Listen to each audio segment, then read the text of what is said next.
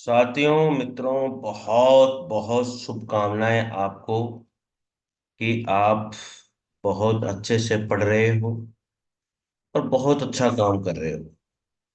मित्रों, आप लोगों ने जो प्यार दिया है वो मतलब मैं क्या बताऊं, मेरे लिए कोई शब्द नहीं है उस चीज के लिए, आप लोगों के प्यार के लिए। और साथियों, आप मैं आपसे यही कहूंगा, विश्वास करिए और ये नोट्स पढ़ते रहिए, आपको अच्छा लगेगा। और ये बहुत बढ़िया नोट्स है। अगर आप पहली बार चैनल से जुड़ते हो तो चैनल को जरूर सब्सक्राइब कीजिए, लाइक कीजिए और शेयर जरूर करिए मित्रों। आपके विश्वास से ही मुझे प्रोत्साहन मिलता है और मैं इस तरह से वीडियो बना पाता हूँ। आज हम बात करेंगे मित्रों नाथ साहित्य की। नाथ साहित्य के जो प्रवर्तक माने जाते हैं वो मत्स्येंद्र नाथ व गोरखनाथ को माना जाता है। किसको माना जाता है? मत्स्येंद्र नाथ को या गोरखनाथ को माना जाता है। ये बात आप याद रखना, क्योंकि ये डायरेक्ट प्रश्न पूछ लिया जाता है कि नाथ संप्रदाय के प्रवर्तक किसको माना जाता है। मत्स्येंद्र नाथ व गोरखनाथ को माना जाता है। आगे बात करते हैं, यौगिक क्रियाओं के उद्देश्य के लिए इस संप्रदाय का उदय हुआ था। साथियों याद रखना, जो नाथ संप्रदाय का उदय हुआ वो किसके लिए हुआ? यौगिक क्रियाओं के उद्देश्य के लिए इस संप्रदाय का उदय हुआ माना जाता है। ये बातें, जो जो बातें मैं आप लोगों को बता रहा हूं, प्लीज आप इसे जरूर नोट करते जाइएगा, क्योंकि जो है कोई बात छूट न जाए। आगे बात करते हैं, सिद्धों की वाम मार्गी व भोग विलास प्रधान साधना पद्धति के प्रतिक्रिया स्वरूप विकसित योग मार्ग नाथ पंथ कहलाता है। साथियों, जो सिद्धों ने वाम मार्गी व भोग विलास साधना पद्धति को अपनाया था, उसके प्रतिक्रिया स्वरूप जो नाथ संप्रदाय था, जो नाथ मत को मानने वाले थे, उन्होंने योग मार्ग को अपनाया और वही नाथ पंथ कहलाए। साथियों, आगे एक बार फिर ध्यान दीजिएगा। अगला पॉइंट आता है, नाथ मत को अवधूत मत भी कहते हैं। ये पॉइंट भी आप याद कर लीजिएगा कि जो नाथ मत है उसको अवधूत मत के नाम से भी जाना जाता है। अगली बात आती है, नाथ मतानुयायी शैव धर्म यानी कि भगवान शिव को मानने वाले थे, इसलिए इनके धर्म को क्या कहा जाता है? शैव धर्म कहा जाता है मित्रों। अगली बात है, भगवान शिव के उपासक नाथों द्वारा जो साहित्य लिखा गया वही नाथ साहित्य कहलाया। वेरी इंपॉर्टेंट बात है कि भगवान शिव के जो उपासक थे नाथ, उनके द्वारा जो साहित्य लिखा गया उसे ही हम लोग क्या कहते हैं? नाथ साहित्य कह करके हम लोग पुकारते हैं। आगे आती है बात साथियों, यहाँ पर आप लोगों को मैं ये बता दूं कि डॉक्टर रामकुमार वर्मा ने नाथ पंथ का जो चरमोत्कर्ष माना, जो डॉक्टर रामकुमार वर्मा थे और राहुल सांकृत्यायन थे, उन्होंने कैसे माना कि राहुल सांकृत्यायन ने नाथ पंथ को सिद्धों की परंपरा का विकसित रूप माना है। साथियों, राहुल सांकृत्यायन क्या कहते हैं कि जो नाथ पंथ है वो सिद्धों की परंपरा का क्या रहा है? एक विकसित रूप रहा है। इनके कहने का मतलब ये हुआ कि जो सिद्ध थे उनका विकसित रूप है नाथ पंथ। ठीक है। और डॉक्टर रामकुमार वर्मा का क्या कहना है कि जो नाथ पंथ है उनका जो चरम उत्कर्ष काल रहा है वो 12वीं से 14वीं शताब्दी का काल उनका रहा है, अंत का काल रहा है। ये ऐसा कौन मानते हैं? ऐसा डॉक्टर राम कुमार वर्मा मानते हैं मित्रों। ठीक है। आगे बात करते हैं, नाथ पंथ का ही विकसित रूप भक्ति काल के संत मत के रूप में देखने को मिलता है। जो नाथ पंथ है उनका जो विकसित रूप है वो भक्ति काल में मित्रों संत मत में देखा जाता है। आगे बात है, आचार्य हजारी प्रसाद द्विवेदी ने नाथ पंथ या नाथ संप्रदाय को सिद्ध मार्ग कहा, योग मार्ग कहा, योग संप्रदाय कहा, अवधूत मत कहा, अवधूत संप्रदाय कहा। मित्रों याद रखना, आचार्य हजारी प्रसाद द्विवेदी ने अनेक नाम दिए हैं। जो नाथ पंथ है उनको नाथ संप्रदाय, सिद्ध मार्ग, योग मार्ग, योग संप्रदाय, अवधूत मत, अवधूत संप्रदाय, आदि नामों से इन्होंने इनको जाना है। आगे बात है, गुरु गोरखनाथ का जो समय रहा है वो क्या रहा। गुरु गोरखनाथ का जो समय है साथियों, वो 13वीं शताब्दी रहा है। क्या समय रहा, 13वीं शताब्दी। और किसके अनुसार, आचार्य रामचंद्र शुक्ल और डॉक्टर रामकुमार वर्मा के अनुसार गुरु गोरखनाथ का समय 13वीं शताब्दी रहा है। नाथों की कुल संख्या कितनी मानी जाती है, 9 मानी जाती है। ये चीज आप सबसे ज्यादा याद रखना, नाथों की कुल संख्या कितनी मानी जाती है, 9 मानी जाती है। याद हो जाएगा क्या, ठीक है। आगे बात करते हैं साथियों, यहाँ पर आगे है, अब नाथों की कुल संख्या 9 है। कौन कौन है, सबसे पहले आदिनाथ, जिसको शिव भगवान ही बोला गया है, मत्स्येंद्र नाथ, गोरखनाथ, चरपटनाथ, गाहिनीनाथ, ज्वालाएंद्र नाथ, चौरंगीनाथ, भृतरीनाथ, गोपीचंद नाथ। ये पूरे के पूरे जो 9 नाथों की संख्या मानी गई है वो मैंने लिख दिए हैं।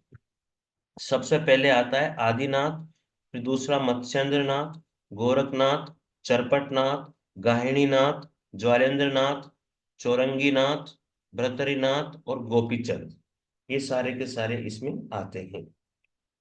ठीक है साथियों, आगे हम बात करेंगे कि नाथ साहित्य की अधिकांश रचनाएं गुरु गोरखनाथ के द्वारा लिखी गई, और विविध इतिहासकारों ने गोरखनाथ जी का जो समय है वो निम्न अनुसार माना है।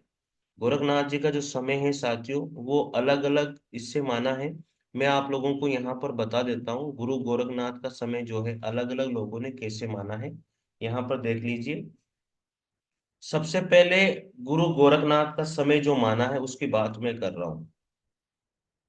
गोरखनाथ, गोरखनाथ का जो समय है अलग अलग लोगों ने अलग अलग रूप में माना है, उसको आप लिख लीजिएगा यहाँ पर। सबसे पहले हम लोग बात करेंगे राहुल सांकृत्यायन। राहुल सांकृत्यायन ने गुरु गोरखनाथ का समय क्या माना, राहुल सांकृत्यायन ने गुरु गोरखनाथ का समय क्या माना, सांकृत्यायन, इन्होंने गुरु गोरखनाथ का जो समय माना है मित्रों वो माना है 845 ईस्वी। क्या समय माना, 845 ईस्वी माना है। नंबर 2 पे बात आती है आचार्य हजारी प्रसाद द्विवेदी। आचार्य हजारी प्रसाद द्विवेदी ये गुरु गोरखनाथ का समय क्या मानते हैं, आचार्य हजारी प्रसाद द्विवेदी गुरु गोरखनाथ का जो समय मानते हैं मित्रों, वो मानते हैं 9वीं शताब्दी। क्या मानते हैं, 9वीं शताब्दी इसका समय मानते हैं। इसके बाद में तीसरे नंबर पर आते हैं पीताम्बर दत्त बड़तवाल। पीताम्बर पीताम्बर दत्त ने गुरु गोरखनाथ का जो समय माना है वो माना है 11वीं शताब्दी का समय माना है। चलिए इसके बाद में फोर्थ नंबर पे आते हैं doctor Ram Kumar Verma. Doctor Ram Kumar Verma, doctor Ram Kumar Verma गुरु गोरखनाथ का जो समय मानते हैं वो मानते हैं 13वीं शताब्दी। क्या मानते हैं, 13वीं शताब्दी मानते हैं साथियों। पांचवें नंबर पे आते हैं आचार्य शुक्ल। जो आचार्य शुक्ल है वो गुरु गोरखनाथ का समय क्या मानते हैं साथियों, ये भी 13वीं शताब्दी ही मानते हैं। ठीक है, ये बात आप याद रखना। तो इस प्रकार से जो 13वीं शताब्दी है वो गुरु गोरखनाथ का समय माना जाता है, और मैंने आपको बता भी दिया है 9 के 9 जितने भी नाथ हुए हैं। आगे बात करते हैं अब, मत्स्येंद्र नाथ सिद्धों व नाथों के बीच की कड़ी थे। ये बात याद रखना, सिद्धों और नाथों के बीच की कड़ी किसको माना जाता है, मत्स्येंद्र नाथ को माना जाता है। आगे है, मत्स्येंद्र नाथ को नारी साहचर्य में लिप्त देख उनके शिष्य थे गोरखनाथ। जो मत्स्येंद्र नाथ हैं उनके शिष्य कौन है, गोरखनाथ हैं। और मत्स्येंद्र नाथ को जो है नारी साहचर्य में लिप्त देखा किसने, गोरखनाथ ने। तो उन्हें सावधान करते हुए उन्होंने लिखा, जाग मत्स्येंद्र गोरख आया। साथियों ये लाइन डायरेक्ट पूछ ली जाती है, जाग मत्स्येंद्र गोरख आया ये किसने कहा था। तो ये गोरखनाथ ने कहा था, किसके लिए कहा था, उनके गुरु मत्स्येंद्र नाथ के लिए ये बात उन्होंने कही थी। तो ये आप याद रख लीजिएगा।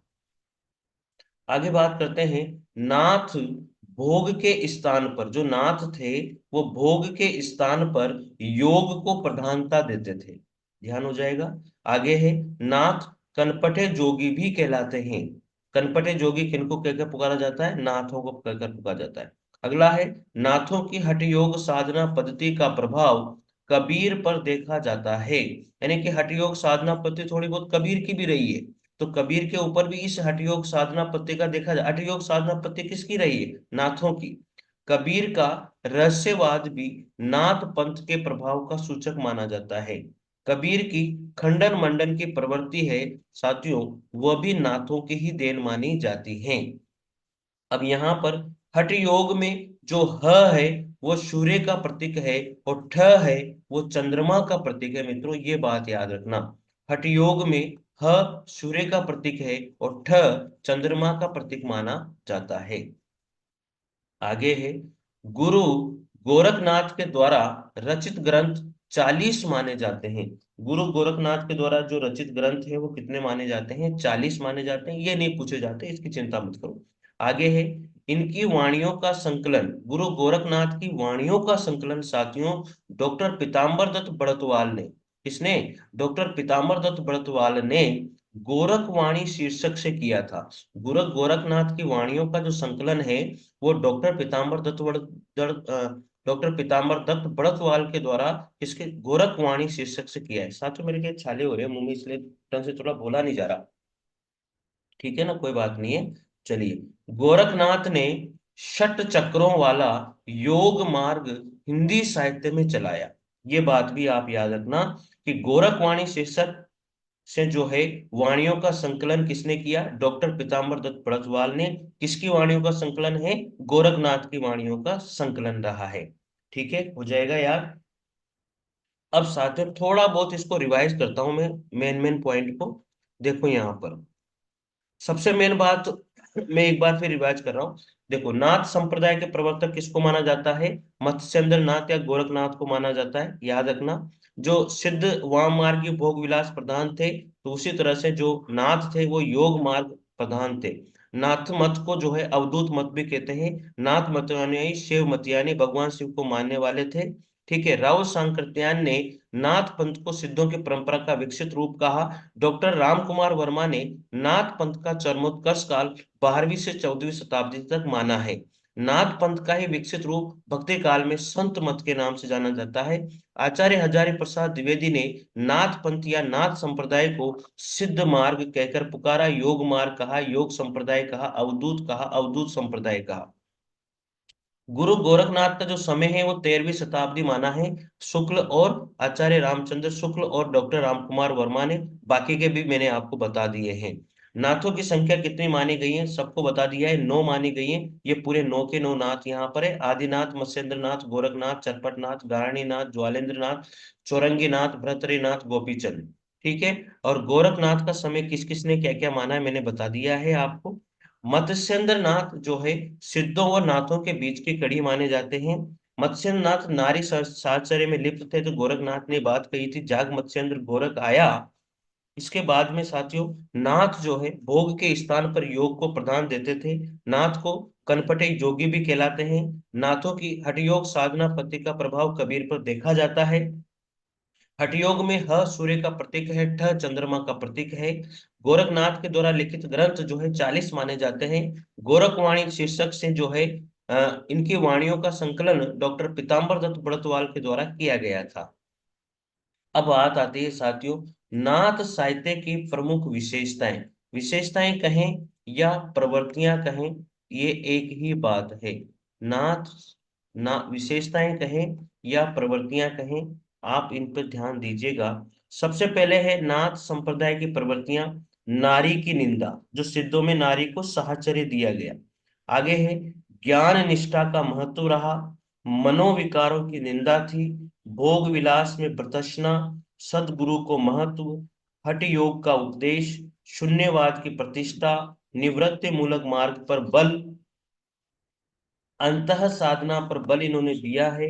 इसके बाद में वर्णाश्रम व्यवस्था का त्याग इन्होंने कर दिया कि कोई रंग भेद नीति नहीं है, कोई वर्णाश्रम नहीं है, कोई जाति पाति नहीं है।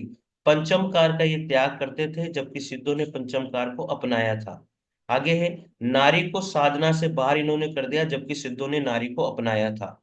चारित्रिकता पर ये सबसे ज्यादा बल देते थे। शांत रस की इसमें प्रमुखता रही है। संगीतात्मक भाव इनमें रहा है। ये गायन गायन बहुत ज्यादा करते थे। योग साधना पद्धति को इन्होंने अपनाया है। उन्होंने, सिद्धों ने भोग साधना पद्धति को अपनाया, जबकि इन्होंने योग साधना पद्धति को अपनाया है। एक बार फिर इनकी विशेषताएं देख लीजिए। नारी निंदा इन्होंने करी है। ज्ञान प्रतिष्ठा को महत्व दिया है। मनोविकारों की निंदा करी है। मन में जो गलत गलत भाव आते हैं उनकी निंदा इन्होंने करी है। भोग विलास प्रदर्शना इनकी रही है, यानी कि भोग विलास की जगह इन्होंने योग विलास में, योग साधना में इन्होंने किया है सारा का सारा काम। सदगुरु को महत्व दिया। इन्होंने गुरु को बहुत ज्यादा महत्व दिया है। जिस तरह से गोरखनाथ ने के गुरु उन्होंने रखे हैं मत्स्येंद्र नाथ, उस तरह से। हठ योग साधना पद्धति आपको पता है कबीर में भी देखी गई है, और हठ योग साधना पद्धति इनके अंदर रही है। एक बार जब ये हठ पकड़ लेते हैं और जिस साधना में बैठ जाते हैं, फिर पूरी तपस्या करके ही उठते थे। तो ह का मतलब सूर्य है और ठ का मतलब यहाँ पर चंद्रमा रहा है। शून्यवाद की प्रतिष्ठा इन्होंने करी। निवृत्ति मूलक मार्ग पर बल दिया। अंतः साधना, मन को इन्होंने साधा है। वर्णाश्रम व्यवस्था का त्याग किया, अर्थात जाति पाति का त्याग कर दिया। पंचमकार को इन्होंने नहीं अपनाया। नारी को साधना से बाहर रखा। चारित्रिक विशेषता पर बल दिया। शांत रस, बिल्कुल शांत रहते थे। संगीत गाते बजाते थे। योग साधना इनकी रही है। तो मित्रों, इस तरह से ये विशेषताएं रही हैं। और यहाँ पर हमारा जो सिद्ध साहित्य है वो खत्म होता है। और अगली क्लास में हम लोग पढ़ेंगे आधिकालिक स्वतंत्र साहित्य, जिसमें आधिकालिक स्वतंत्र साहित्य में साथियों जो है लौकिक पद्य साहित्य सबसे पहले हम पढ़ेंगे। कौन सा? लौकिक पद्य साहित्य, जो अगली क्लास में हम लोग देखेंगे साथियों। साथियों, मिलते हैं अगली क्लास में, तब तक के लिए जय हिंद, जय भारत, थैंक यू।